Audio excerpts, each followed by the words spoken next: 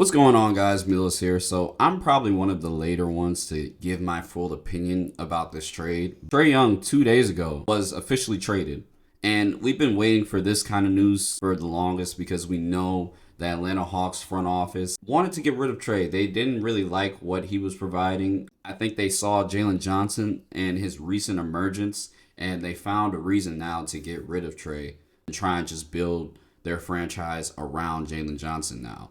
They traded Trae Young basically, honestly, for nothing. They traded him for CJ McCollum and Corey Kispert. Now, CJ McCollum has been playing well.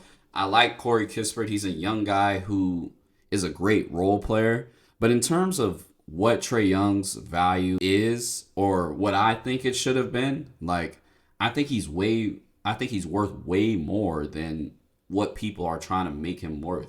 I get defensively, he's been a disaster. That's what he's been his whole career. But this is a guy, again, who's averaging 25 and 10. 25 and 10 for a career. Two NBA guards in NBA history that have done that. That would be Trae Young and Oscar Robertson, the Mr. Triple-Double guy. I mean, when you think about that, there's definitely more you can get for this guy, especially for a guy that for 7 years was your franchise guy. He was the cornerstone of this franchise. He was the main guy. You only get like CJ and Corey Kispert. That's his value at this point. It's a terrible trade for the Atlanta Hawks. But in terms of the Wizards, this is a great trade. The Wizards now are they're going to reach like a level of relevancy in terms of media.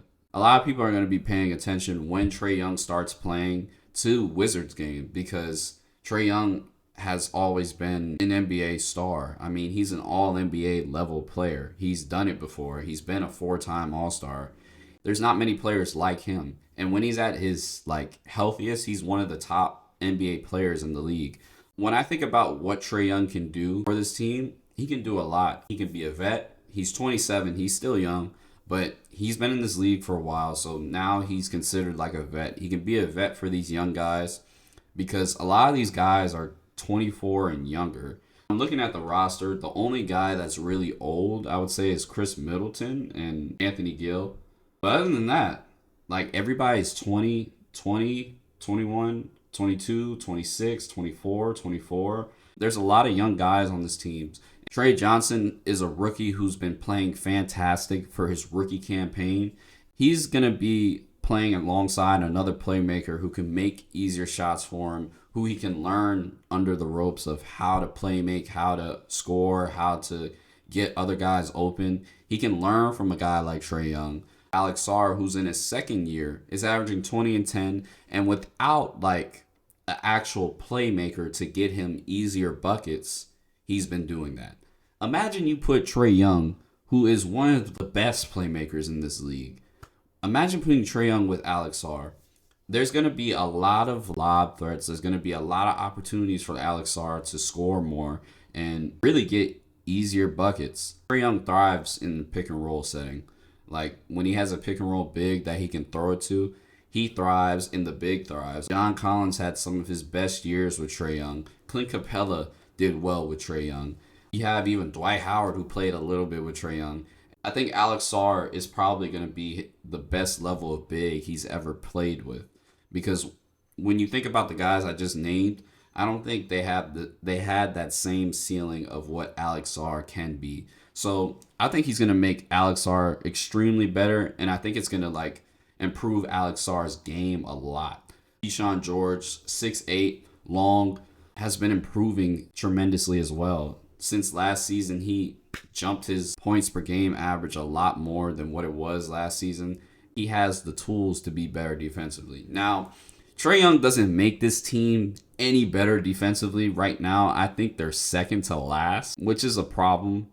You would think they'd be a little bit better because of the amount of athletes they have on this team. So that poses a huge problem for the Washington Wizards, because you get a guy, Trae Young, who's known to be historically bad defender. So he doesn't help on that side of the ball at all. But in terms of offense, he can help this team out tremendously. Trae Young in 2020, 2021 made the Atlanta Hawks second in offense in the NBA. So he has the chance, especially when he's healthy. Disclaimer, when he's healthy. Trae Young is like a top like 30, 20 player in the NBA. Offensively, he makes your team extremely, extremely good. There's not a lot of guys that can really do that for your team. When I think about what the Atlanta Hawks did, though, in terms of trading away Trae Young for just CJ McCollum and Corey Kispert, that's just a terrible trade. Hawks could have gotten. You probably can get like Trae Johnson, Alex Sarr, or Keyshawn George, one of their three guys. Maybe you could have if you really argued for it. But you're telling me you couldn't even get a guy like AJ Johnson, a guy like Bilal Kubali. I mean, those guys aren't the Wizards' main pieces, but they're young guys, and they still have the potential to be great in this league. And you're telling me you can't get like a guy like that when you trade away Trae Young? Or you couldn't even at least get some of their picks. They have a lot of picks as well. They have like their top pick that they're probably going to get a top 5, at the very least a top 8 pick in the NBA draft next season. But again, it's a crime that Atlanta couldn't get more. But it also shows how much they value Trae Young. For about like 2 years, they've been saying that they want to move on from Trae Young and also just focus on Jalen Johnson. It was more evident that when they didn't pay Trae Young the max dollars, when they said they weren't going to pay him the max dollars, I think it was more evident that they were moving on from him. I guess it's also a sign that they didn't really think he has a lot of value. So now his value has shot down a lot. It's up to Trae Young to kind of play well with this Washington Wizards team. Now, this season, they're probably not going to play him a lot. They might shut him down for the season. They might let him play a few games to get involved, to get used to the young guys, to get like a feel of like how the young guys play. But in terms of like playing the rest of the season, he's probably not going to play the rest of the season because they probably want to keep losing to get a top pick. Really, I can judge this trade in terms of like this is an A plus because this is a low risk, high reward kind of deal. Like if it doesn't work out, you can move on from Trae Young and you still got all of your young pieces that you can build around. And if it does work out, you got a guy, Trae Young, who's an all NBA player, all-star level player that is helping your young guys get better. And for Washington, that's great. And then for media, like people are gonna want to see Trae Young. I think Trae Young still has that captability. What's the word I want to say?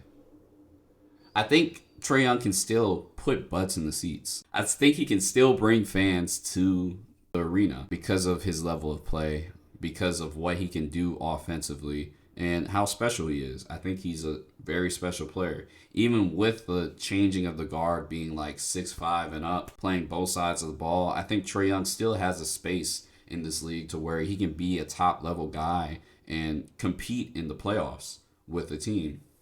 So for the Wizards, this is an A plus. Again, it's a high reward, low risk kind of deal. So that's always great.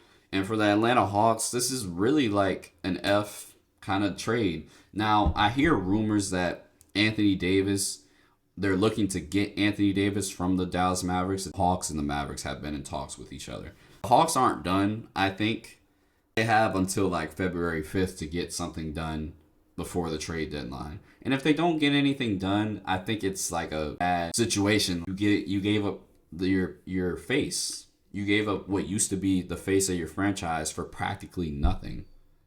And if that's what you believe his value is, time will tell. But in terms of the rest of the league and media, I know people like to underrate Trae.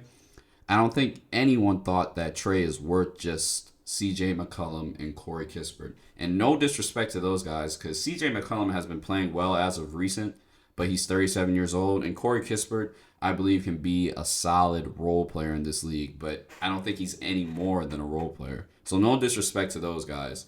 But when we talk about Trae Young and what he's done in this league, I believe he's just worth way more than that. But obviously, the Hawks didn't believe that. So hopefully the Hawks aren't done. Hopefully they're trying to still make moves, because I think they still need to make moves. Even though I do like this team without Trae Young. The Hawks look good without Trae Young. Now, clearly there's an identity, but also there's a lot of pressure now on Jalen Johnson to perform and be that franchise level guy for this team. So Again, y'all let me know y'all thoughts. I want to see how it works out with the Wizards and Trae Young. I'm more so going to be judging next season. Hopefully Trae enjoys the Wizards. Hopefully the Hawks are good with what they got. If you haven't subscribed, go ahead, subscribe, like the video, share the video with a friend. I'm going to be trying to post a little bit more. I'll be on top of that. So again, until next time, guys, I'll see y'all later. Milos out. Peace.